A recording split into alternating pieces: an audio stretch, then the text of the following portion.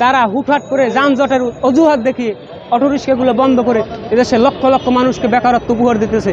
এটা কোন যোগ্যতা বলে, কোন কারণে দিতেছে? এটা তো আমার বোধগম্য হয় না। কারণ আপনারা জানেন এদেশের ক্ষুধার্ত মানুষের আহাজারিগুলো খুব ভয়াবহ হয়।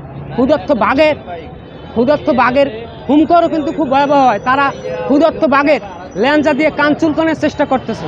আপনারা মনে রাখবেন, ক্ষুধার্ত বাঘের হুমকার কিন্তু খুব ভয়াবহ হয়।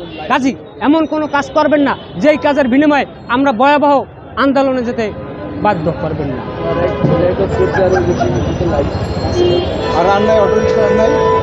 অটোরিক্সা তো আসতে দেয় না, চলে গেছে। আমরা কালকে আবার আন্দোলন, আজকের ভিতরে যদি আমাদের কোনো সিদ্ধান্ত না দেয়, তাহলে আজকের ভিতরে আমাদের যদি কোনো রকমের সিদ্ধান্ত এই সরকার না দেয়, তাহলে আমরা কালকে ভয়াবহ আন্দোলনে যেতে বাধ্য হব। আপনারা জানেন আমরা কিন্তু 6 লক্ষের উপরে ঢাকা শহরে অটোরিক্সা শ্রমিক আছি। আমরা যদি ঢাকা শহরে নামি, পুরো ঢাকা শহর অচল হয়ে যাবে। কাজী এমন কোনো কাজ করেন না যে ঢাকা শহর অচল করতে আমাদের জনদুর্ভোগ এবং মানুষের যানজটের সৃষ্টি করার জন্য বাধ্য করবেন না।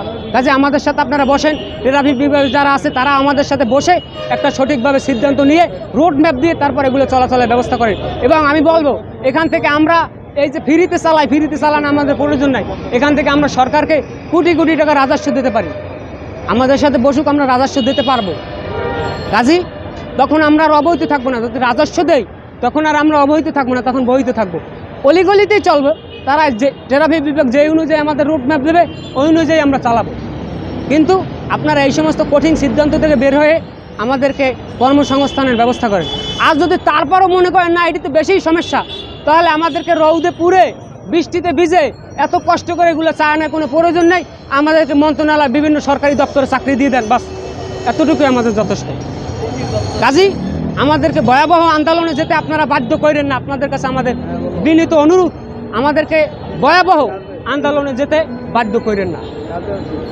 আমার নাম মোহাম্মদ মুজাহিদ ইব্রাহিম। আমি বাংলাদেশ মোটরযান শ্রমিক ইউনিয়নের সভাপতি এবং ইসলামী শ্রমিক আন্দোলনে কর্মরত আছি।